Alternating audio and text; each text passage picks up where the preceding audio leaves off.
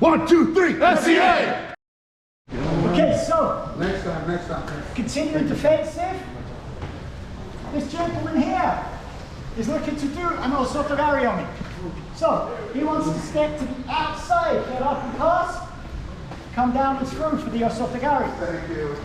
To do this properly, he's got to get his chest past me, get me bent back and planted across on this leg.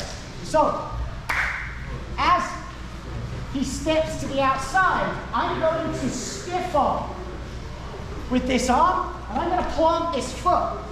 So, from there, I've got him bent backwards, my shoulders are forward, my hips, so I'm in a strong position. So all I need to do to complete this is just pivot and drop it. It's a very, very effective counter. I love the osotogari as a throw, but it relies on, if I want to do the osotogari, I'm going to do the throw on you now. I've got to get through and pass, and then come through him. If you can time it and stiff arm as he comes through, I'm going to stiff arm and plant. He's bent backwards. I just pivot and drop him on the floor. And we're going to keep you down here on the floor because we're going to look at some techniques from the ground. So, first set of techniques, we're going to look at arm bars. Okay.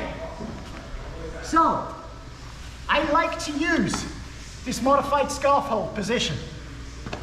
My first arm bar that I'm going to go for from this position, it's kind of more a shoulder lock than an arm bar. If this hand's coming up and pushing for me, reaching for me, whatever, I can just straighten this arm down here. I'm going to hook over. So as this is bent and this goes down, I'm going to hook over, and I can just lean into that and make a really nice shoulder lock. This will attack the shoulder or the elbow joint, depending on where David is tensing. And I can clip this in. Once I've got this locked in, that's staying there. This is kind of like a bit of a dumb technique. He's gonna get caught in this once and then be really focused on never letting that arm go down there. So as I go to push this, he's gonna hug round me.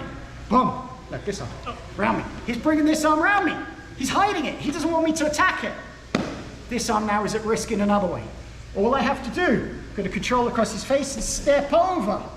I'm now locked in here. I can arch my hip into the back of his elbow, bring my arm down and back, and I'm arm barring this arm.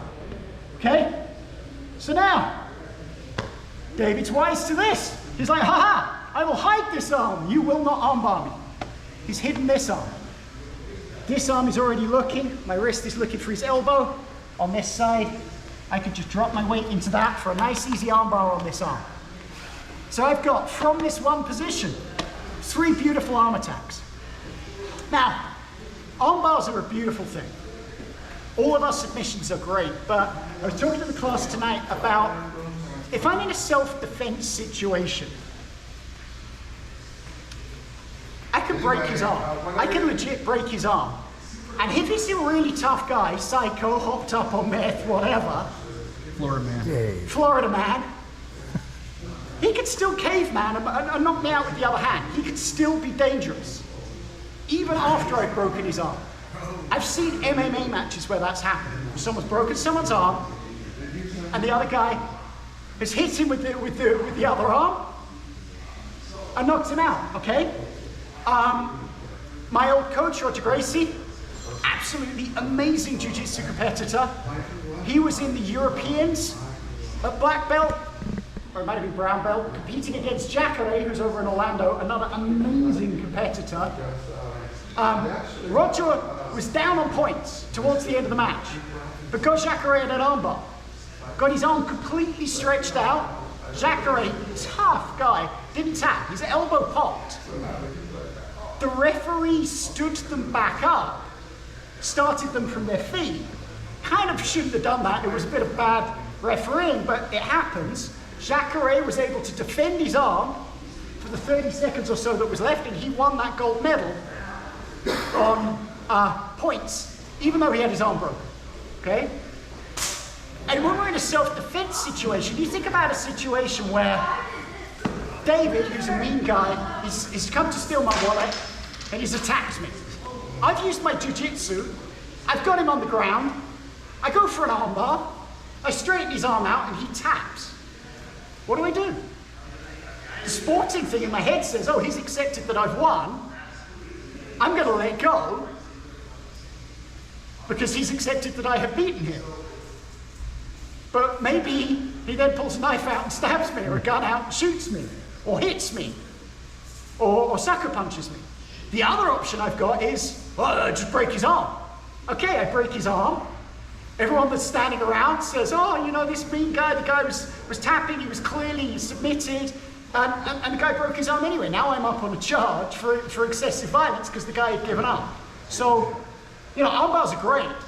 Submissions are great, joint submissions, but they do have that inherent risk of, like, in the street, what do you do when the person taps?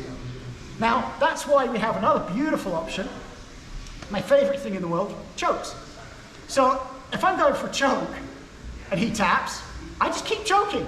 He goes to sleep.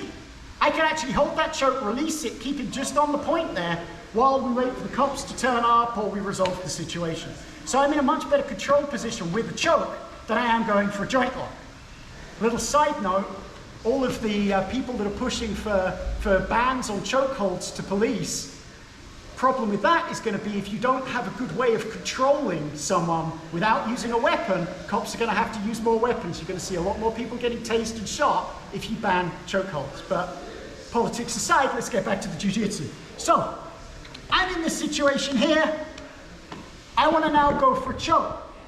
So, I get a nice deep grip here. This allows me to control David. Control him. If he starts rolling into me, I can lean my wrist into his face and turn him away. I'm going to take my right hand. I'm going to take him to hold of his gi here. And I drop my weight into his solar plexus here.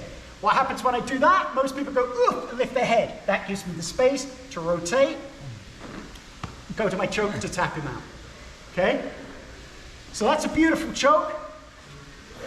Sometimes, though, we're rolling and this gi is all hidden up here and I can't get a hold of it. So, I've gone around here for this grip, but I can't tense the other side of the gi. I'm going to take my right hand, I'm going to go up under his shoulder, and then I'm going to do the same motion. Watch, I'm going down and round and up. I'm lifting up towards the top, lifting my elbow up towards his ear to get that tap. So that's my second choke. Now, my favorite one, and I'm going to do this last because David's not going to like me after this. If I'm here with my arm around his head, I do this a lot, no gi, but it works just as well with the gi. I'm going to bring my palm up to his ear. My right hand comes up to just clap hands. From there, I'm just going to bring my elbow across. Just do this motion. So some people are going to say that's a neck crank, and they're going to go, oh, you tapped with a neck tank. Okay, first thing, it's still tapped. Secondly, this is a legit choke. I'm going across and across here. I'm shutting off the blood supply. If he turns his head and makes it mean and turns it into a crank, that's on him. So we've got 3 arm locks and 3 chokes from that same side mount position, which is just a beautiful set of options for us, all off that same initial setup. Good training. Thank you, Professor.